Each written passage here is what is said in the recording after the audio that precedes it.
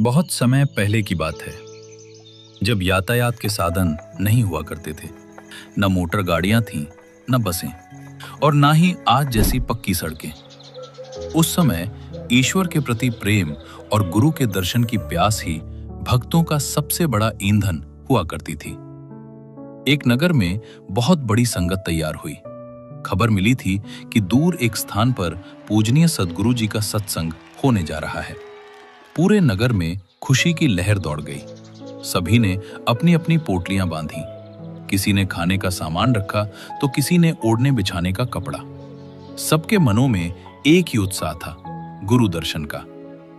उसी संगत में एक वृद्ध भक्त, बूढ़ा बाबा भी था।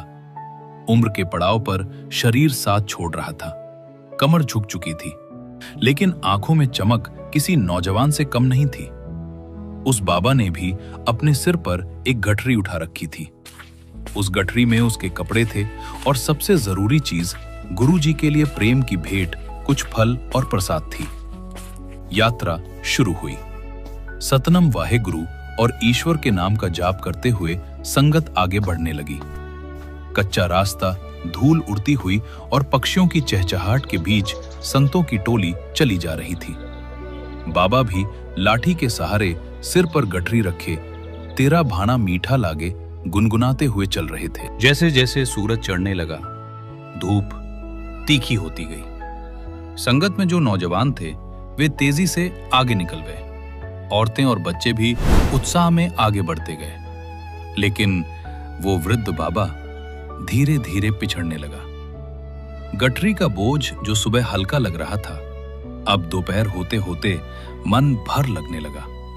सांसें फूलने लगी, पसीने से कपड़े तरबतर हो गए। बाबा की चाल धीमी हो गई। संगत की आवाजें दूर होती गईं और देखते ही देखते बाबा घने जंगल के रास्ते में बिल्कुल अकेले रह गए। शाम ढलने लगी।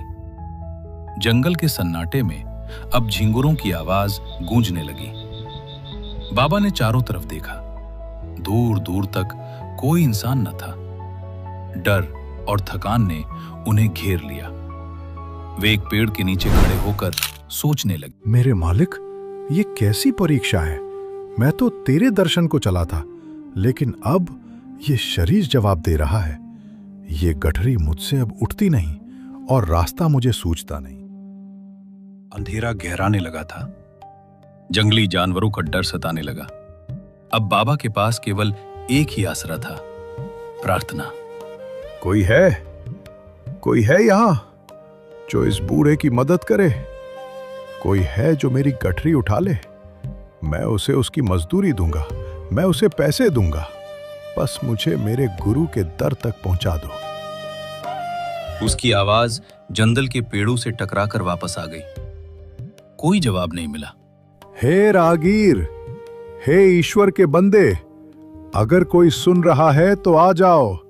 मुझसे ये भार अब और नहीं उठाया जाता। ये पुकार सिर्फ जुबान की नहीं थी, ये आत्मा की चीख थी।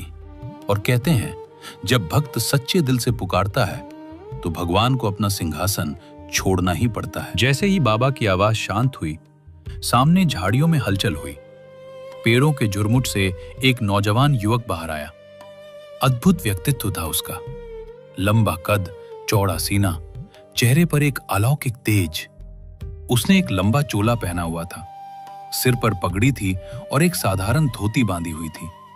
देखने में वो एक मजदूर या राहगीर लग रहा था, लेकिन उसकी चाल में राजाओं जैसी गरिमा थी। वो मुस्कुराता हुआ बाबा के पास आया और बोला, बाबा, क्या हुआ? क्यों घबरा रहे हो? बाबा ने हांफते हुए कहा, बेटा, मैं अपनी संगत से बिछड़ गया हूं। मुझे गुरु दर्शन के लिए जाना है, लेकिन ये गठरी अब मुझसे उठती नहीं। क्या तुम मेरी मदद करोगे? तुम इस गठरी को सत्संग घर तक पहुंचा दो। मैं तुम्हें तुम्हारी मनचाही मजदूरी दूंगा। उस नौजवान ने गठरी की तरफ देखा, फिर बाबा की तरफ देखा और बड़े प्रेम से कहा, लाओ बाबा, ये गठरी मुझे दे दो, मैं इसे उठा लेता हूं। उसने लपक कर वो भारी गठरी अपने सिर पर रख ली, जैसे वो फूल से भी हल्की हो। फिर उसने अपना बायां हाथ आगे बढ़ाया और बाबा का कांपता हुआ हाथ थाम लिया। चलते चलते बाबा ने पूछा, बेटा, तुम बहुत भले मानुस लगते हो। बताओ, यहां से सत्संग घर तक जाने के कितने पैसे लोगे?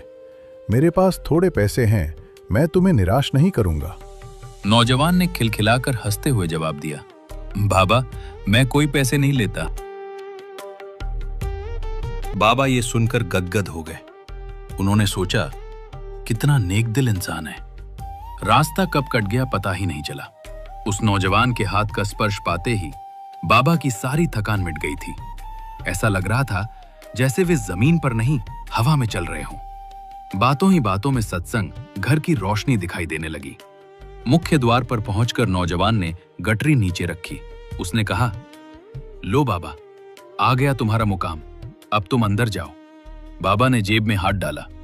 नहीं बेटा, कुछ तो ले लो, तुमने मेरी बहुत सेवा की है। नौजवान ने हाथ जोड़कर मना कर दिया। बाबा ने आग्रह किया, अच्छा तो अभी मत जाओ, रात बहुत हो गई है, यहीं रुक जाओ। सुबह सद्गुरु जी का दरबार लगेगा, उनके दर्शन करके जाना। उनका रूप बहुत प्यारा है, तुम्हें शांति मिलेगी। नौजवान ने मुस्कुराते हुए कहा, बाबा, अभी मुझे जाना होगा, मेरे और भी बहुत काम हैं। कई और लोग भी राह देख रहे होंगे, लेकिन हां, मैं आपसे वादा करता हूं, सुबह सत्संग में मैं आपको जरूर मिलूंगा। इतना कहकर वह नौजवान अंधेरे में ओझल हो गया। बाबा उसे देखते रह गए, फिर अपना सामान उठाया और आश्रम में चले गए। अगली सुबह हुई। आकाश में लालिमा छाई हुई थी। सत्संग हॉल खचाखच भरा हुआ था। हजारों की संगत बैठी थी। मंच पर सद्गुरु जी के आगमन का इंतजार हो रहा था। बाबा भी नहा धोकर नई उमंग के साथ सबसे अगली कतार में जाकर बैठ गए। उनकी आंखें बार बार उस नौजवान को ढूंढ रही थीं कि शायद वो भी कहीं बैठा हो। तभी शंखनाद हुआ, सद्गुरु जी का आगमन हुआ। जैसे ही सद्गुरु जी मंच पर विराजे, पूरा हॉल शांत हो गया। बाबा ने जैसे ही अपनी नजरें ऊपर उठाईं और सद्गुरु जी का चेहरा देखा, तो उनके पैरों तले जमीन खिसक गई। बाबा की आंखें फटी की फटी रह गईं। उनका पूरा शरीर कांपने लगा, पसीना छूटने लगा। उनके मुख से कोई शब्द नहीं निकल रहा था। वे एकटक गुरु जी को देख रहे थे।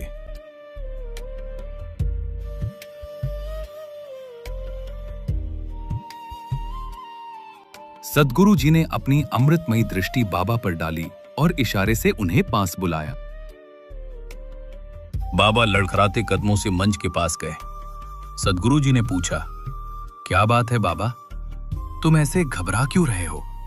शरीर क्यों कांप रहा है? बाबा ने कांपते हुए हाथों को जोड़ा और कहा, महाराज क्षमा करें, एक शंका है मन में। क्या आपके जैसा दिखने वाला कोई और भाई या कोई मजदूर यहां रहता है, बिल्कुल आपकी शक्ल का? सद्गुरु जी ने भोलेपन से कहा, नहीं बाबा, मैंने तो ऐसा कोई नहीं देखा, पर तुम क्यों पूछ रहे हो? बाबा ने रोते हुए कहा, प्रभु, कल रात जंगल में एक नौजवान आया था। उसका चेहरा, उसकी आंखें, उसकी मुस्कान आप जैसी थी। उसने मेरी गठरी उठाई, मेरा हाथ पकड़ा और मुझे यहां तक छोड़ा। वो कौन था? यह सुनकर सद्गुरु जी अपने आसन से उठे। वे सीढ़ियां उतरकर नीचे आए और उस बूढ़े बाबा को अपनी बाहों में भर लिया।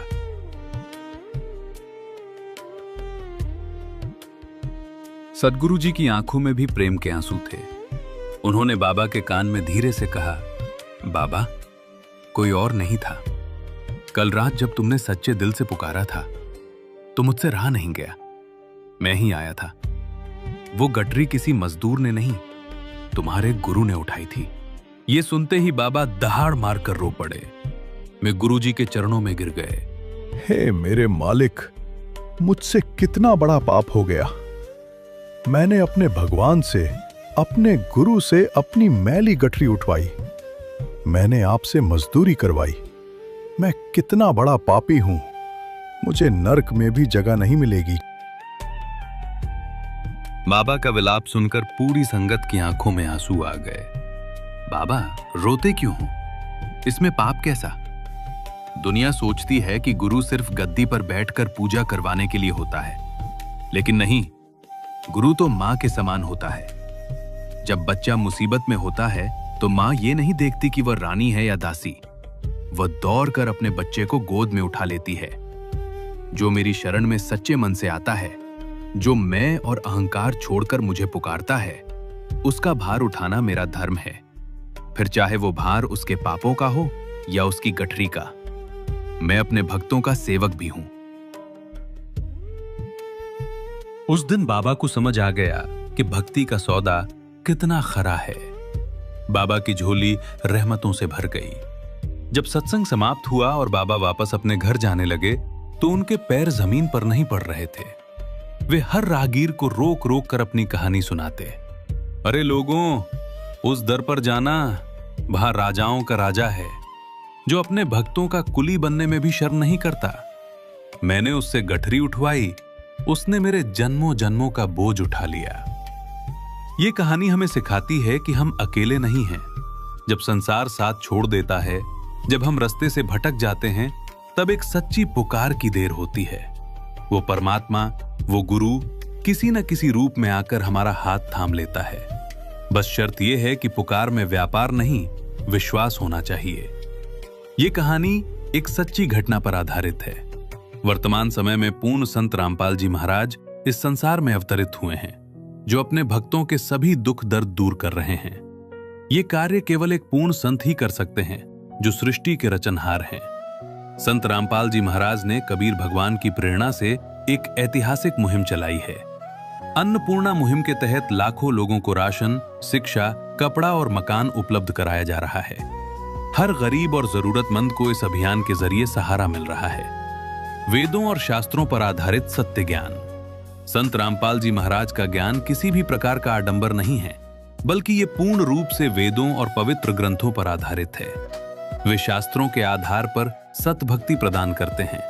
यहाँ कैंसर जैसी असाध्य बीमारियां भी पल भर में दूर हो जाती हैं।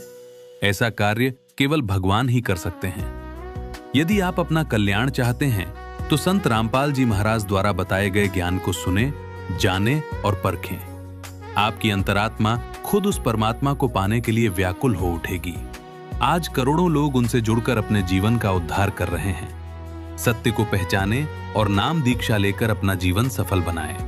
अधिक जानकारी के लिए संत रामपाल जी महाराज YouTube चैनल पर विजिट करें, संपर्क करें और निःशुल्क पुस्तक मंगवाएं। संत रामपाल जी महाराज से जुड़ने और नाम दीक्षा प्राप्त करने के लिए आप नीचे दिए गए नंबरों पर संपर्क कर सकते हैं। संपर्क सूत्र: संपर्क/WhatsApp +91 8222 880541 +91 7496 801825 +91 7496 801823। सत साहब जी।